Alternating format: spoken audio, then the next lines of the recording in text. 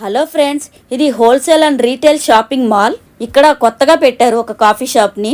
అవి టేస్ట్ చేద్దామని వచ్చాము. ఇది కొత్తగా పెట్టారు ఈ షాపు. ఇక్కడ చూసారు కదా, మనమైతే పాలు, కాఫీ పొడి, షుగర్ వేసుకుంటాం కదా. ఇక్కడ ఇది షుగర్ అన్నమాట.